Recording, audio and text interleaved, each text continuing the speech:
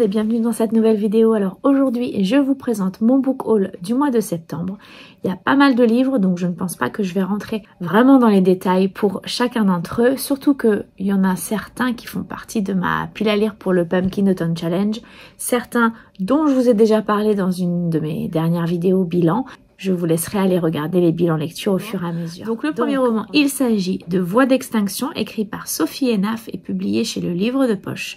Cette autrice avait écrit la trilogie des poulets grillés que j'avais adoré, mais malheureusement celui-ci ne m'a pas plu. J'ai pas réussi à entrer dans l'histoire, donc je l'ai abandonné à la moitié. C'est dommage, c'est triste, je suis déçue. Peut-être que si j'avais persévéré, j'aurais fini par apprécier cette histoire, mais bon, à la moitié du roman, je me suis dit que je me forçais en fait à y retourner. Donc, j'ai décidé d'arrêter. Ensuite, il y a Daisy Jones and the Six, écrit par Taylor Jenkins Reid et c'est publié chez 10-18. Et donc, dans cette histoire, on suit l'évolution d'un groupe de rock depuis sa création jusqu'à sa dissolution et c'était super. Je l'ai lu, je l'ai terminé et je vous en ai d'ailleurs parlé dans mon précédent bilan lecture. Ensuite, encore un autre pour le Pumpkin Autumn Challenge, c'est Fangs, Crocs, en français, écrit par Sarah Anderson et publié chez 404. C'est un roman graphique qui parle de la vie d'un couple, mais un couple un peu hors du commun, puisque elle est une vampire et lui est un loup-garou. Donc c'était assez drôle et je l'ai beaucoup aimé, donc du coup je vous le conseille. Un nouveau que j'ai lu, un nouveau que j'ai acheté, donc c'est Les 7 maris d'Evelyn Hugo, écrit par Taylor Jenkins Reid et publié chez Hauteville. Et alors du coup, je l'ai acheté après avoir lu Daisy Jones and the Six et je me suis dit que vraiment j'avais beaucoup aimé ce qu'elle avait écrit, donc pourquoi pas me plonger dans cette histoire. On suit en fait Evelyn Hugo qui est une très grande actrice et à l'aube de ses 80 ans, elle décide de se confier, de parler de sa vie avec une journaliste et du coup voilà, on va suivre son histoire, etc. Donc ça m'intéresse beaucoup, ça m'intrigue beaucoup. Du coup le niveau pour Daisy Jones and the Six était déjà haut, donc j'espère que ça va pas me décevoir. Ensuite, un autre roman qui fait partie de ma liste du Pumpkin Autumn Challenge mais que je n'ai pas encore lu. Il s'agit donc de Legendborn, écrit par Tracy Deonn et publié chez J'ai lu. Et donc dans cette histoire, on va suivre Brie Matthews qui, lors d'un tragique accident de la route, perd sa mère. Et donc elle décide de tout quitter, de partir. Et elle va dans une université à l'autre bout du pays. Et un jour, elle est témoin d'un accident un peu magique avec deux jeunes étudiants qui résolvent ce problème et donc elle se rend compte qu'il existe une sorte de société secrète qui veille sur les humains, qui les protège des êtres malveillants, malfaisants et donc elle décide d'infiltrer cette société secrète pour comprendre un peu plus les choses et en fait elle s'aperçoit que peut-être il y a un lien aussi avec la mort de sa mère. Donc elle mène l'enquête, etc. C'est quand même un gros bébé, mais vraiment celui-ci, il me tente énormément. Ensuite, un autre roman, donc, c'est L'Empire des femmes de Cassandre Lambert, publié chez Didier Jeunesse. Je suis en train de terminer sa première duologie, donc L'Antidote mortel, que j'aime beaucoup, beaucoup. Vraiment, le tome 2 est super. En fait, on est dans un monde où ce sont les femmes qui gouvernent, qui ont le pouvoir. Bon, d'ailleurs, on le voit ici, hein, c'est un peu comme le symbole romain, SPQR, c'est un peu le même genre de symbole. Donc, c'est dans une société qui ressemble un peu à l'Empire romain, j'ai l'impression. Et donc, dans cette histoire, on va suivre deux personnages, une jeune femme et un jeune homme. Elle doit décider lors d'un tournoi qui sera son favori. Et ensuite, lui, du coup, fait partie des jeunes hommes qui doivent concourir à ce tournoi. Et il doit défendre sa vie, enfin... Je sais pas trop l'histoire, mais j'ai pas trop envie de le savoir non plus, j'ai envie de découvrir. Ça a l'air très original et vraiment il me tente énormément. Ensuite, j'ai trouvé pour un prix découverte à 10 €, enfin 9,90 je crois, oui c'est ça. Le tome 1 d'une duologie, j'ai l'impression, j'en ai pas beaucoup entendu parler. Et donc ça s'appelle Fleur de fer, je sais pas si vous connaissez, dites-moi. Écrit par Tracy Bangart et publié chez Hachette. Cette couverture est vraiment sympa. Et alors, le résumé, je vais vous lire juste l'accroche.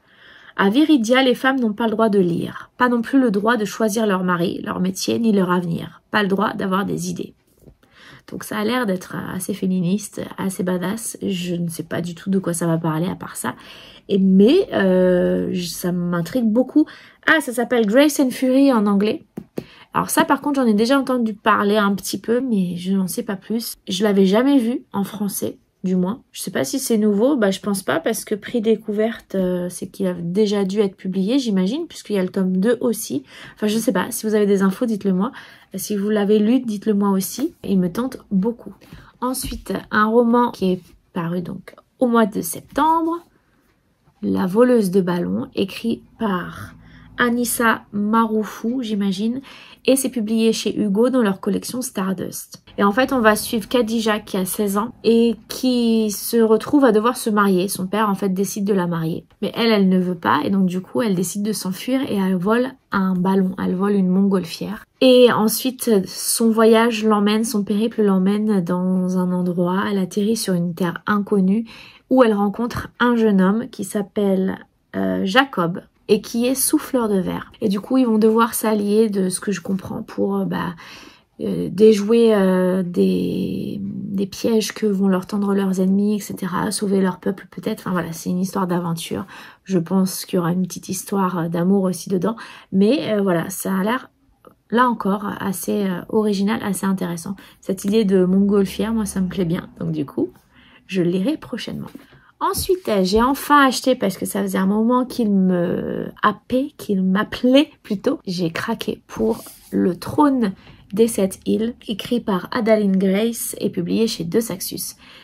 Je crois, si je me trompe pas, qu'il va y avoir un deuxième tome. Cette histoire de sirène, etc., de mer, de piraterie peut-être, ça me happe. J'aime beaucoup ça. Depuis que j'ai lu La Carte des Confins, les histoires de pirates, vraiment j'adore, et j'aimerais en lire beaucoup plus. Donc du coup voilà, ça me tente bien finalement, ce roman. On va suivre Amora, qui est l'héritière du trône de la mer, je crois. Je pense que c'est une sirène, mais je ne suis pas sûre, c'est pas marqué. Je ne sais pas. Et en fait, pour pouvoir prétendre au trône, il va falloir un jour qu'elle fasse une démonstration de magie pour pouvoir rassurer son peuple, etc. Sauf qu'apparemment, ça tourne au fiasco et elle est obligée de fuir. Elle rencontre Bastian, je sais pas comment on le dit, qui est un mystérieux pirate. Et du coup, je crois qu'ils vont partir ensemble pour essayer de la sauver, de lui redonner le trône. Enfin bon, voilà, je sais pas trop. Mais voilà, une histoire de pirate, une histoire de sirène, ça a l'air assez sympa. Ensuite, j'ai eu la chance de gagner un concours organisé par Louise de Rêve ta vie en lecteur. Et du coup, j'ai reçu les 2 tomes de L'Agence Monde Étrange, écrit par L.D. Lapinski et publié chez Hachette. Donc ici, vous avez le tome 1 et ici, vous avez le tome 2. Ils sont super beaux. J'aime beaucoup. Et alors, en ce qui concerne l'histoire, on va suivre Flick, qui est une jeune fille qui un jour se retrouve dans une agence, l'agence des voyages Monde Étrange, qui est tenue par Jonathan.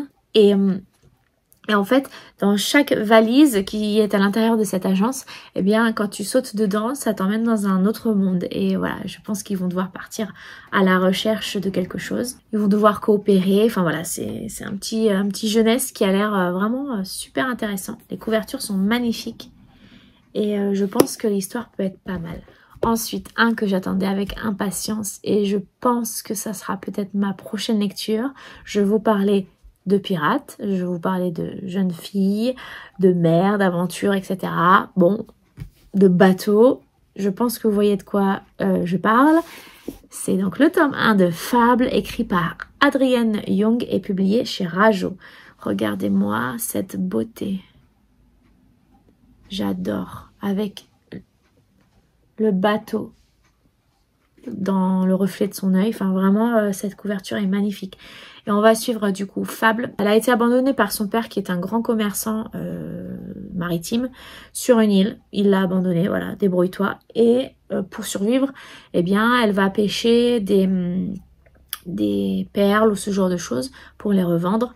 Et son but, elle, c'est d'accumuler assez d'argent pour pouvoir se payer le voyage pour retourner sur le continent, pour ensuite pouvoir, eh bien, retrouver son père et réclamer son héritage, etc. Et du coup, elle rencontre un jeune homme qui est chef, qui est capitaine d'un bateau. Et il décide, enfin il accepte plutôt de l'embarquer avec lui en fait. Et donc du coup, voilà, on va suivre leurs aventures. Mais parce que surtout, on s'aperçoit que ce fameux capitaine et son équipage ne sont pas ceux qu'ils prétendent être apparemment. Donc vraiment, j'ai énormément hâte de le découvrir, de replonger dans un univers de piraterie. Ça me plaît beaucoup et ça me fait rêver quoi. Enfin, j'adore.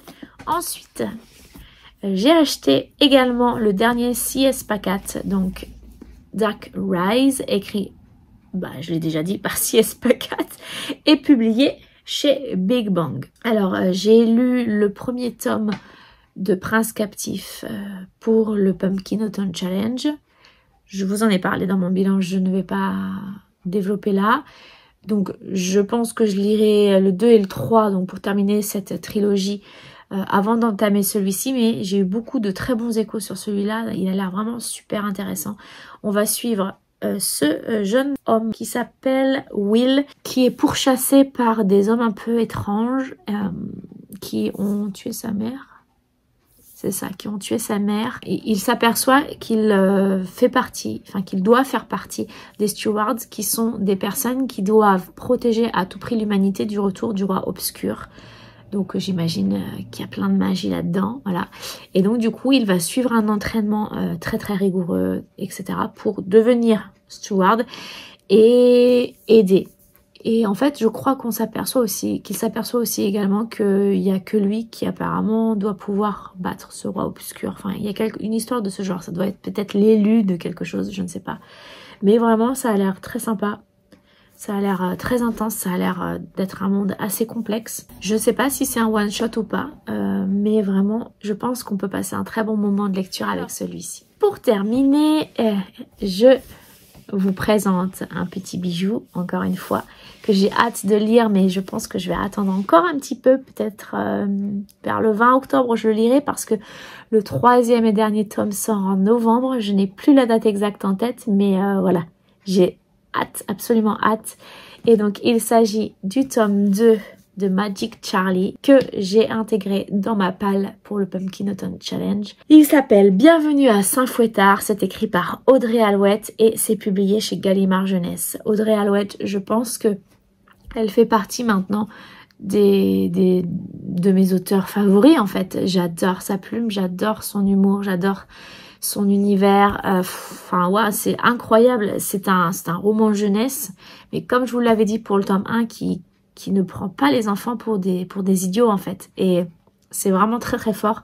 C'est super. Je m'attendais pas à avoir un tel coup de cœur et j'ai hâte de le lire celui-là. J'ai tellement envie de le dévorer, mais je me retiens parce que sinon je vais devoir attendre trop longtemps avant d'avoir le tome 3. Et puis, regardez, ces couvertures, elles sont chargées. Hein, on peut pas dire le contraire, mais c'est très joli. Les dessins sont très beaux. Et ça donne envie de le lire. Et c'est assez épais, hein. Il y a quand même pas mal de pages. J'arrive même pas à le tenir. Il y a 530 pages à peu près. Et ouais, j'adore. Et donc, dans ce 2e tome, je vais pas vous raconter ce qui va se passer. Je vais même pas lire le résumé parce que j'ai pas trop envie de me spoiler à l'avance. Mais on va continuer de suivre Charlie avec sa copine June, avec sa copine Sapoti, avec sa grand-mère, etc., etc. Enfin bon, voilà, plein d'aventures, de magie, de rebondissements, d'humour, de choses cocasses. Enfin voilà, j'ai hâte de le lire et de vous en parler ensuite.